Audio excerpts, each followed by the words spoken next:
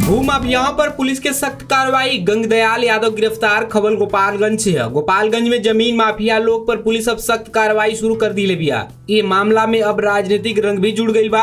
काहे की पकड़ल गई आरोपी के संबंध बड़ा नेता लोग से बतावल जा रहा बा। ये बात के खुलासा खुद गोपालगंज के एसपी विनय तिवारी कैले। जिला पुलिस अधीक्षक विनय तिवारी के निर्देश पर नगर थाना पुलिस बंजारी मोड़ लागे छापेमारी करके कुख्यात भूमाफिया गंगदयाल यादव की गिरफ्तारी कई गई। पुलिस के मुताबिक गंगदयाल यादव पर पहले से कई गो जमीन विवाद अवैध कब्जा के आरोप बा और पहले जेलो जा चुकल बा। एक कार्रवाई में पुलिस 3 और संदिग्ध लोग के हिरासत में लेके पूछताछ करत बा। सूत्र के हवाले से खबर आई कि गिरोह बहुत दिन से जमीन पर कब्जा करे या झगड़ा खड़ा करे में लागल रहे।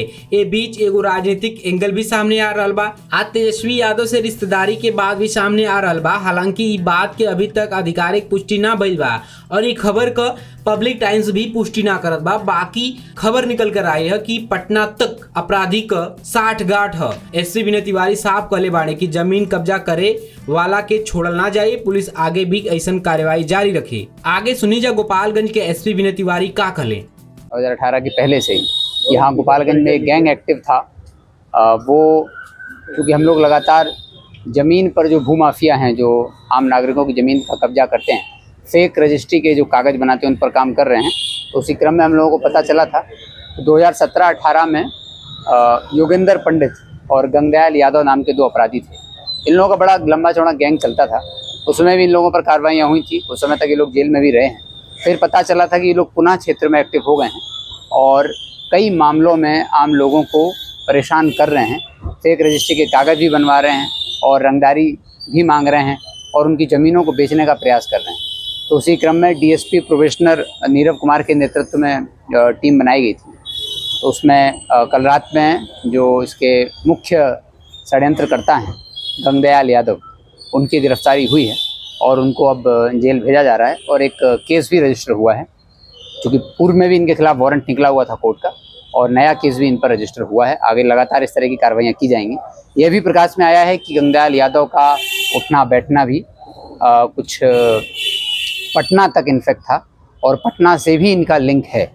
तो किन लोगों के साथ ये उठते बैठते हैं और किसके दम पर ये काम कर रहे थे, इसकी भी हम लोग जांच करेंगे। अब ये जांच का विषय बन चुका है। इसके साथ ही एक और मामला है। सितंबर 2025 में हावड़ा में, कलकत्ता में एक कुकुरभुक्का में, गोपालगंज का जो कुकुरभुक्का है वहाँ के एक रहने वाले व्यक्ति की हत्या हुई थी। हालांकि उनका भी आपराधिक इतिहास था लंबा चौड़ा और उनकी भी हत्या हुई थी और हत्या का जो खुलासा है वो कोलकाता पुलिस ने किया था। लेकिन हावड़ा पुलिस लगातार हम लोगों के संपर्क में थी और उसमें जो एक अपराधी था गोरख यादव, उसकी गिरफ्तारी के लिए कलकत्ता पुलिस लगातार हम लोग संपर्क में थी। तो कल रात में ही डीएसपी नीरव के नेतृत्व में एक टीम और बनाई गई थी। उन्होंने फिर जाकर रात में रेड की और सिद्धवलिया थाना क्षेत्र से गोरख यादव को गिरफ्तार किया गया है। उसको जेल भेजा जा रहा है। ये बड़ा सनसनीखेज मामला था। इसने बिहार और बंगाल दोनों तरफ सनसनी मचाई थी। इसके साथ ही इस केस में एक और मुख्य अभियुक्त है, अपराधी है जो भागा हुआ है, रंजन यादव। वो भी कुकुरभुक्का का रहने वाला है। तो गोपालगंज के जो निवासी हैं उस क्षेत्र के इस बात पर नज़र रखें और अगर ये अपराधी कभी भी उसमें दिखता है तो सीधे मेरे मोबाइल पर मैसेज भेज सकते हैं। बहुत सारे लोगों का मैसेज आ भी रहा है। ज़मीन के मामलों में बहुत सारे मैसेज आ रहे हैं, तो उनकी जांच हम लोग कर रहे हैं।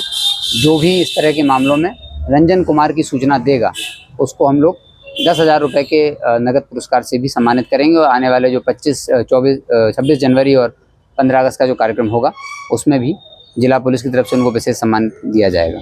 तो जिसके पास भी ये सूचना रहेगी वो हम लोगों को डायरेक्टली सूचित कर सकता है। मोबाइल पर ऐसे मैसेजेस आ रहे हैं, तो मुझे उम्मीद है कि लगातार लोग ऐसे मैसेज भेजेंगे। जिसमें गोरख यादव को गिरफ्तार किया गया है और गंगदयाल यादव को जमीन के मामले में गिरफ्तार। बाकी खबर गोपालगंज से रहे और आप पब्लिक टाइम्स देखत बानी। हमारा नाम लो कुछ। धन्यवाद।